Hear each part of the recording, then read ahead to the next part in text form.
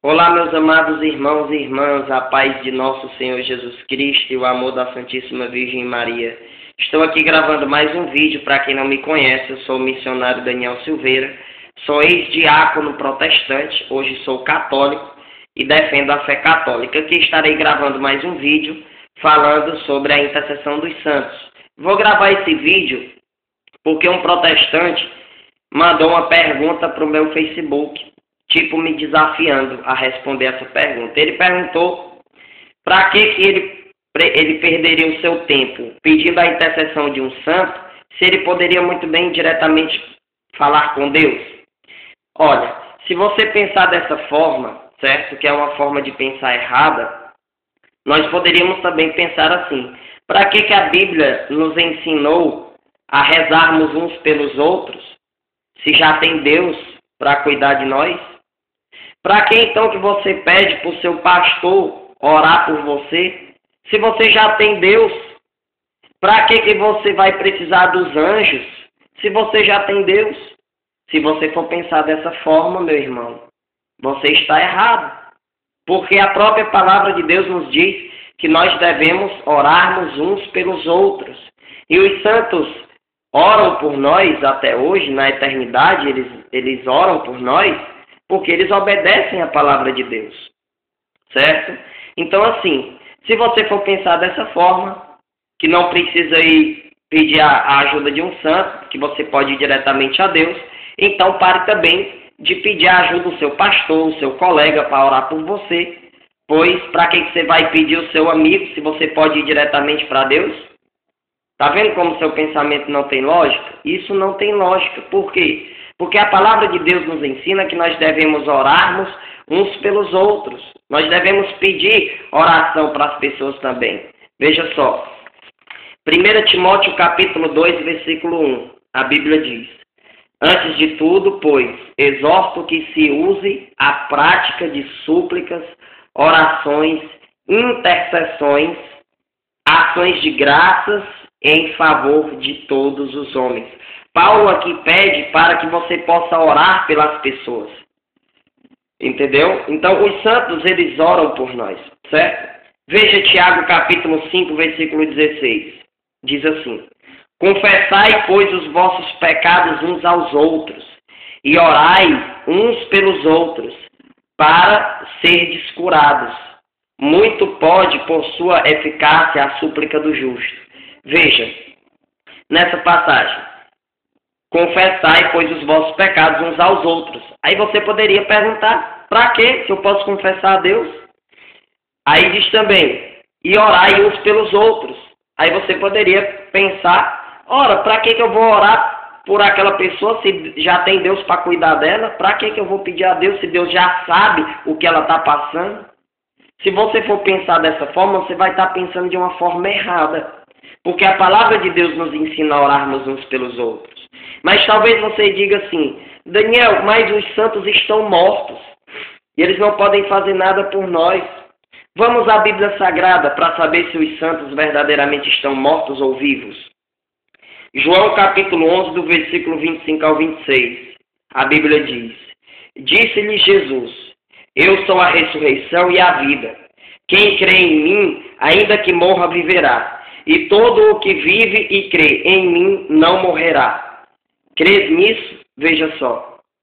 Claramente, Jesus mostra que aquele que vive e crê nele jamais morrerá. Pode conferir na sua Bíblia. João capítulo 11, do versículo 25 ao 26. Vamos também em 1 Coríntios capítulo 15, do versículo 16 ao 17, que diz assim: porque se os mortos não ressuscitam, também Cristo não ressuscitou. E se Cristo não ressuscitou, é vã a vossa fé, e ainda permaneceis nos vossos pecados. Veja, se você não crê nisso aqui, a sua fé é vã. Não tem eficácia a sua fé, certo? Provérbios capítulo 15, versículo 24. Vamos lá. O sábio escala o caminho da vida, para evitar a descida à morada dos mortos. Veja, que a morada dos mortos é o infortúnio das almas, certo? Os santos não estão nesse infortúnio. Por quê? Porque estavam com Deus, fazendo a vontade de Deus. E aquele que está fazendo a vontade de Deus escala o caminho da vida e não da morte. Então os santos não estão mortos, certo? A gente pode ver também em Mateus capítulo 22, do versículo 32. Veja só. Eu sou o Deus de Abraão, o Deus de Isaac e o Deus de Jacó. Ora, ele não é Deus dos mortos, mas Deus dos vivos. Veja, que Deus é Deus dos vivos. Então aquele que faz a vontade de Deus, quando ele morre o corpo fica inconsciente. Mas o espírito sempre vai estar vivo. Porque Deus traz vida para aqueles que seguem Ele verdadeiramente. Então os santos estão vivos. O que fica inconsciente é o corpo. Todas as vezes que a Bíblia falar de inconsciência dos mortos, significa a inconsciência do corpo e não do espírito, certo? O espírito está lá, vivo, ao lado de Deus. Você vê que essa questão da inconsciência é completamente sem lógica, esse argumento dos protestantes. Por exemplo, em Gênesis capítulo 4, versículo 10, Deus escuta a voz de Abel clamando por justiça. Lá em Apocalipse capítulo 6, do versículo 9 ao 10, os mártires, as almas dos mártires estão ali pedindo justiça, porque foram mortos por causa da palavra de Deus, não é? Então, assim, os santos não estão inconscientes, eles estão falando, estão rezando. Abra sua Bíblia em Apocalipse capítulo 6, do versículo 9 ao 10, que você vai ver. Talvez você não tenha conhecido ainda aquela passagem de 2 Coríntios, capítulo 5, versículo 8. Veja só o que a Bíblia protestante diz. Eu estou lendo uma tradução, João Ferreira de Almeida, Bíblia protestante. Veja o que Paulo diz.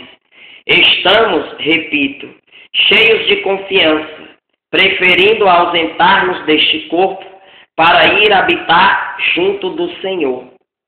Quando nós nos ausentarmos deste corpo carnal, iremos habitar junto com o Senhor, se estivermos em Jesus, se estivermos obedecendo às coisas de Deus, certo?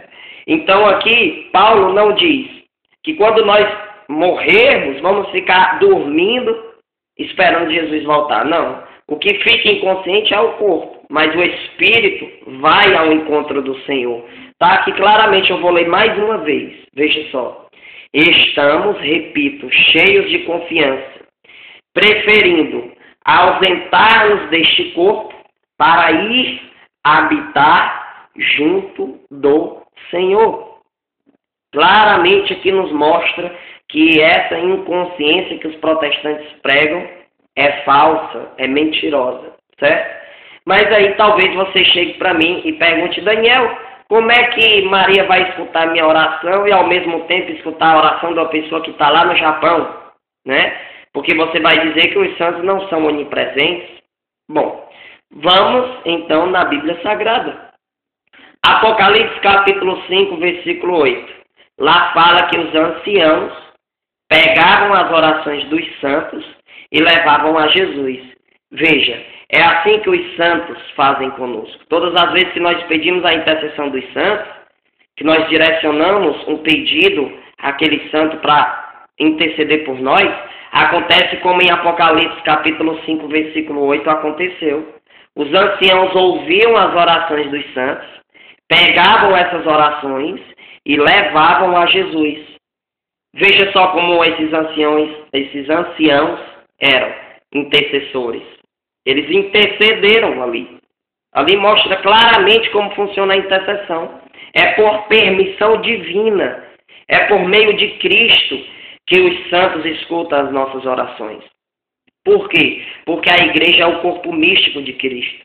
Efésios capítulo 1, do versículo 9 ao 10, fala que todas as coisas que estão no céu estão unidas com as coisas que estão na terra. É por isso que os santos escutam a nossa oração. Porque Deus permite.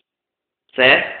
Você pode ver 1 Coríntios capítulo 12, a partir do versículo 12, vai falar sobre a unidade que há no corpo místico de Cristo. Você pode ver Romanos capítulo 12, versículo 5 também. Tudo isso nos mostra, certo? Você pode ver em Apocalipse capítulo 8, versículo 3, que apenas um único anjo tinha acesso à oração de todos os santos. Pode ir lá ver na sua Bíblia. Apocalipse capítulo 8, versículo 3. Um anjo só tinha acesso à oração de todos os santos. E esse anjo não era onipresente. Então por que ele tinha acesso? Porque Deus permite isso. Porque Deus quer assim. A palavra de Deus fala. A gente vê Colossenses capítulo 2, versículo 5. Veja só o que Paulo diz. Pois embora ausente quanto ao corpo, contudo em espírito estou convosco, alegrando-me e verificando a vossa boa ordem e a firmeza da vossa fé em Cristo. Veja, que embora ele é ausente corporalmente, mas se faz presente em espírito. Veja só, no reino dos céus, eles estão ouvindo as nossas orações por permissão divina. Deus assim quer. Assim como Deus permitiu em Apocalipse capítulo 5, no versículo 8, que os anciãos escutavam as orações, pegavam essas orações e levavam a Jesus. Então esse seu argumento de dizer que é perca de tempo você pedir a intercessão de um santo, também você devia achar perca de tempo pedir para alguém orar por você, porque você não pode ir diretamente para Deus. Para que você vai pedir para o seu pastor orar por você? Veja como seu pensamento não tem lógica, não é? Como seu pensamento é contraditório. Você acha perca de tempo pedir a oração de um santo, mas não acha perca de tempo pedir para o seu pastor orar por você, pedir para o seu colega orar por você. E se você vier com aquela história de dizer, não, mas eles estão vivos, eles estão nos escutando. Eu já provei durante esse vídeo que os santos estão vivos, que Deus permite dos santos escutar nossas orações, assim como ele permitiu que os anciãos escutassem em Apocalipse, capítulo 5, versículo 8, que os santos não estão inconscientes, Gênesis capítulo 4, versículo 10, Apocalipse capítulo 6, versículo do 9 ao 10.